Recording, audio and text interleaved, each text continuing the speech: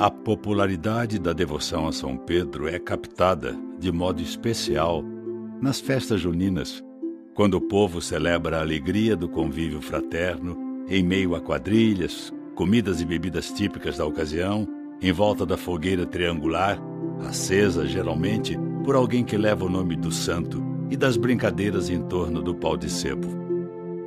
Por sua estreita relação com Jesus e pela importante presença e atuação no Evangelho e nos Atos dos Apóstolos, Pedro exerceu forte influência na vida da Igreja desde o seu início da fé cristã.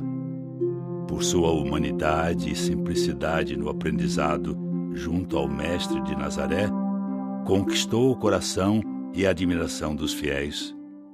Devotos e devotas que visitam o Vaticano não deixam de tocar os pés da estátua de São Pedro ou de orar em seu túmulo, seja para agradecer graças alcançadas, seja para pedir sua intercessão. A festa litúrgica de São Pedro está entre as mais antigas do cristianismo, sendo anterior até mesmo ao costume de celebrar o Natal. Já no século IV, havia a tradição de celebrar 3 missas em sua festa.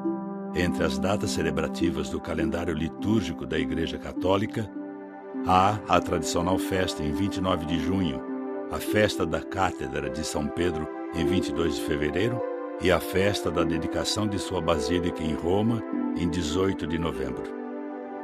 Nascido em Betsaida, pequeno vilarejo às margens do lago de Genezaré, conhecido como Mar da Galileia, no norte de Israel, seu nome de nascimento é Simão. Ao reconhecer Jesus como Messias, Filho do Deus vivo, recebeu do Mestre o nome de Pedro, que significa pedra, a rocha sobre a qual a igreja seria edificada. Pedro era pescador quando Jesus o chamou e disse a ele que se tornaria um pescador de homens. De fato, o testemunho de Pedro transformou-se numa fonte atrativa para a fé cristã. São inúmeras as pessoas, comunidades, igrejas e cidades que o têm como patrono querido. No contexto da prisão de Jesus, Pedro negou por 3 vezes conhecê-lo ou segui-lo, mas, ao cair em si, arrependido, chorou amargamente. Tempos depois, o próprio Jesus ressuscitado, ao manifestar-se aos discípulos, curou todo o sentimento de culpa do coração de Pedro. Permitiu que por 3 vezes Pedro dissesse publicamente: Mestre, tu sabes que eu te amo. Nessa ocasião, ele recebeu de Jesus preciosa missão: apacentar o rebanho de seguidores, cuidar da igreja. Essa missão particular do apóstolo, líder inconteste do grupo de discípulos e discípulas, é descrita também com os simbolismos das chaves do reino dos céus que Jesus prometera passar a Pedro, recomendando: tudo o que ligares na terra será ligado no céu, e tudo o que desligares na terra será desligado no céu. Pedro assumiu a responsabilidade de garantir que todos tivessem acesso ao reino de Deus, pois, como bem mostram os evangelhos, o reino deve ser aberto para todos.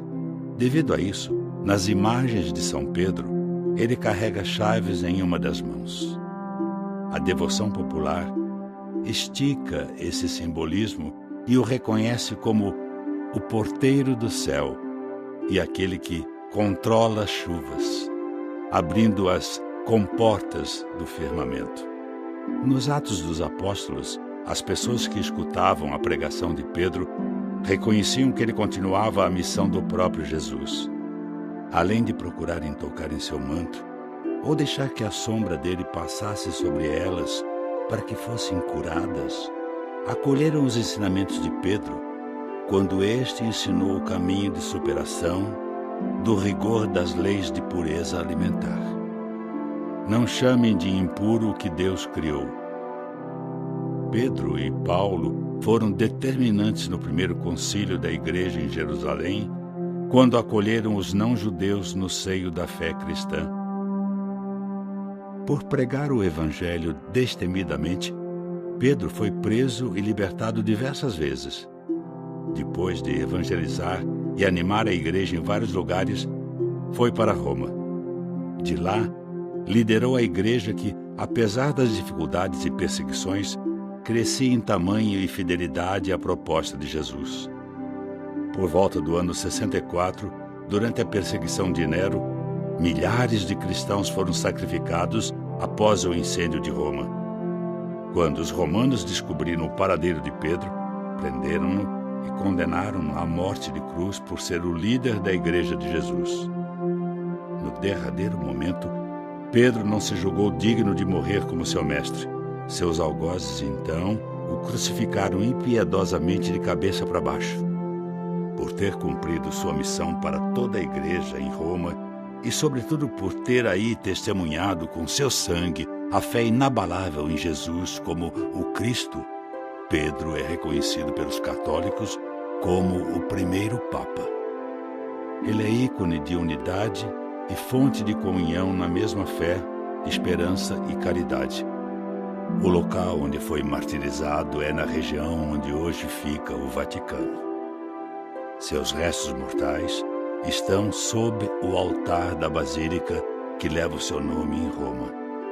Na Bíblia, conservam-se 2 cartas atribuídas a Pedro, nas quais anima e exorta as primeiras comunidades cristãs a permanecerem firmes na fé.